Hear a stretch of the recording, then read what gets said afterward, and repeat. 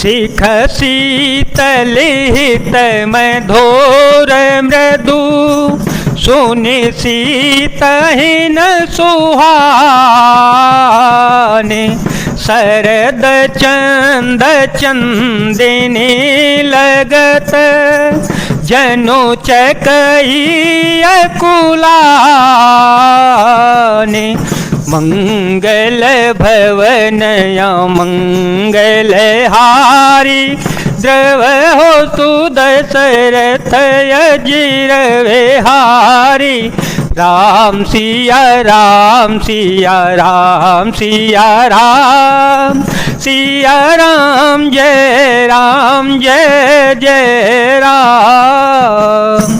यह शीतल हितकारी मधुर और कोमल सीख सुनने पर सीता जी को अच्छी नहीं लगी। वे इस प्रकार व्याकुल हो गई मानो शरद ऋतु के चंद्रमा की चांदनी लगते ही चकवी व्याकुल हो उठती है। सीयस कुच बसयो तरुण देई सो सुनीतम के उठी के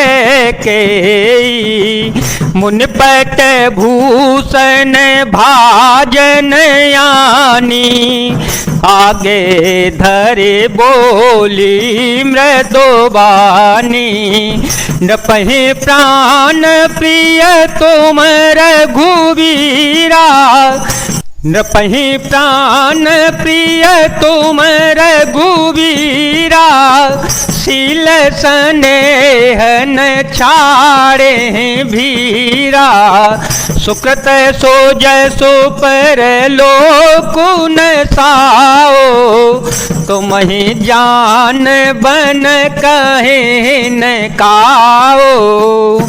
सीता जी संकोच वश उत्तर नहीं देती। इन बातों को सुनकर कैकेयी तमक कर उठी। उसने मुनियों के वस्त्र आभूषण माला मेखला आदि और बर्तन कमंडल आदि लाकर श्री रघुनाथ जी के आगे रख दिए और कोमलवाणी से कहा कि हे रघुवीर, राजा को तुम प्राणों के समान प्रिय हो। भीरू प्रेम बस दुर्बल हृदय के राजा शील और स्नेह नहीं छोड़ेंगे। पुण्य सुंदर यश और परलोक चाहे नष्ट हो जावे पर तुम्हें बन जाने को वे कभी न कहेंगे। अस विचारी सोई करे जो भावा अस विचारी सोई करे जो भावा राम जननी सिख सोने सुख पावा भूपहि वचन बाण सम लागे करहिन प्राण पयान भागे लोग विकल मोरो चित नर नाहो काह करिय कछु सूझन काहो रामो तुरत मुनि बेसुवनाई चले जनक जननी से रोनाई। ऐसा विचार कर जो तुम्हें अच्छा लगे वही करो। माता की सीख सुनकर श्री रघुनाथ जी ने बड़ा सुख पाया परंतु राजा को ये वचन बाण के समान लगे। वे सोचने लगे कि अब आगे प्राण क्यों नहीं निकलते। राजा मूर्छित हो गए। लोग व्याकुल हैं, किसी को कुछ सूझ नहीं पड़ता कि क्या किया जावे। श्री रघुनाथ जी तुरंत मुनि का वेश बनाकर और माता पिता को सिर नवाकर चल दिए। सजीवन साजू समाजूस वो बनिता बंधु समेत बंद विप्र गुर चरण प्रभु चले कर सबहि अचेत। वन का सब साज सामान सजाकर वन के लिए आवश्यक वस्तुओं को साथ लेकर श्री रामचंद्र जी, स्त्री सीता जी और भाई लक्ष्मण जी सहित ब्राह्मण और गुरु के चरणों की वंदना करके सबको अचेत करके चल पड़े। निकसी वशिष्ठ द्वार भय ठाड़े निकसी वशिष्ठ द्वार भय ठाड़े देखे लोग विरह दव दाड़े कहि प्रिय वचन सकल समुझाए, विप्र वृंद रघुवीर बोलाए।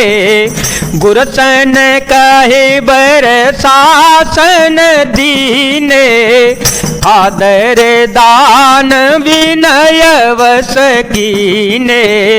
जाचक दान मान संतोष, मीत पुनीत प्रेम परे दोष। राजमहल से निकलकर श्री रघुनाथ जी वशिष्ठ जी के दरवाजे पर खड़े हुए और देखा कि सब लोग विरह की अग्नि में जल रहे हैं। उन्होंने प्रिय वचन कहकर सबको समझाया। फिर श्री रघुनाथ जी ने ब्राह्मणों की मंडली को बुलाया, गुरु जी से कहकर उन सबको वर्षासन वर्ष भर का भोजन दिए और आदर दान तथा विनय से उन्हें वश में कर लिया। फिर याचकों को दान और मान देकर संतुष्ट किया तथा मित्रों को पवित्र प्रेम मन से प्रसन्न किया।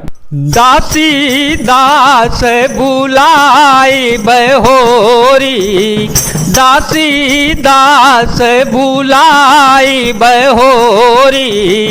गुरही सौंपी बोले कर जोरी, सबके सार संभार गोसाई, सबके सार संभार गोसाई। करवे जनक जननी की नाई, बारही बार जोरी जुग पानी।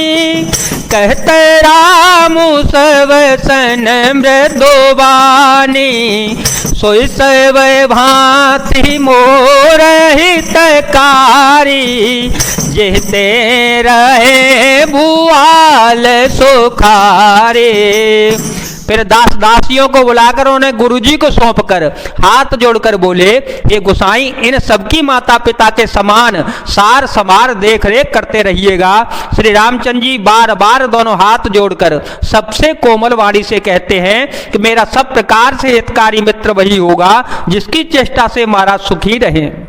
माँ तो सकल मोरे विरह, जेन होए दुख दीन।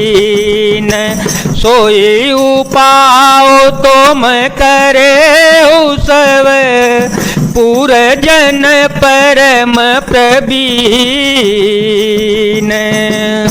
हे परम चतुर प्रवासी सज्जनों, आप लोग सब वही उपाय करिएगा जिससे मेरी सब माताएं मेरे विरह के दुख से दुखी न हो जावे। विधि राम सबहि समुझावा, विधि राम सबहि समुझावा। गुरुपद पदों में हरसि सिरुनावा, गणपति गौरी गिरी सुमनाई। चले आशीष पाए रघुराई, राम चलत यति भय विषादो। सुन न जाए पुर आरत नादो, कुश गुण लंक अवधयति शोकु। हर्ष विषाद विवश सुर लोको। इस प्रकार श्री रामचंद्र जी ने सबको समझाया और हर्षित होकर गुरु जी के चरणों में सिर नवाया। फिर गणेश जी, पार्वती जी और कैलाशपति महादेव जी को मनाकर तथा आशीर्वाद पाकर श्री रघुनाथ जी चल पड़े। श्री राम जी के चलते ही बड़ा भारी विषाद हो गया। नगर का आर्तनाद हाहाकार सुना नहीं जाता। लंका में बुरे शकुन होने लगे। अयोध्या में अत्यंत शोक छा गया और देवलोक में सब हर्ष और विषाद दोनों के बस में हो गए। हर्ष इस बात का था कि अब राक्षसों का नाश होगा और विषाद अयोध्या वासियों के शोक के कारण था। गई मूर्छा तब भूपति जागे, गई मूर्छा तब भूपति जागे। बोली सुमंत्रो कहने यस लागे, राम चले बन प्राण न जाहि। के सुख लागी रहत तन माही, इते कवन व्यथा बलवाना, जो दुख पाए तजहि तनु प्राणा। पुन धरे धीर कहि नर नाऊ, ले रथो संग सखा तुम जाओ। मूर्छा दूर हो गई। तब राजा जागे और सुमंत्र को बुलाकर ऐसा कहने लगे, श्री राम वन को चले गए पर मेरे प्राण नहीं जा रहे। न जाने ये किस सुख के लिए शरीर में टिक रहे हैं। इससे अधिक बलवती और कौन सी व्यथा होगी जिस दुख को पाकर प्राण शरीर को छोड़ेंगे। फिर धीरे धरकर राजा ने कहा, हे सखा, तुम रथ लेकर श्री रघुनाथ जी के साथ चले जाओ। सोठी सुकुमार कुमार दो, जन के सोता सुकुमार। रथ चढ़ाए दिखराई बनो, फिरे हो गए दिन चार।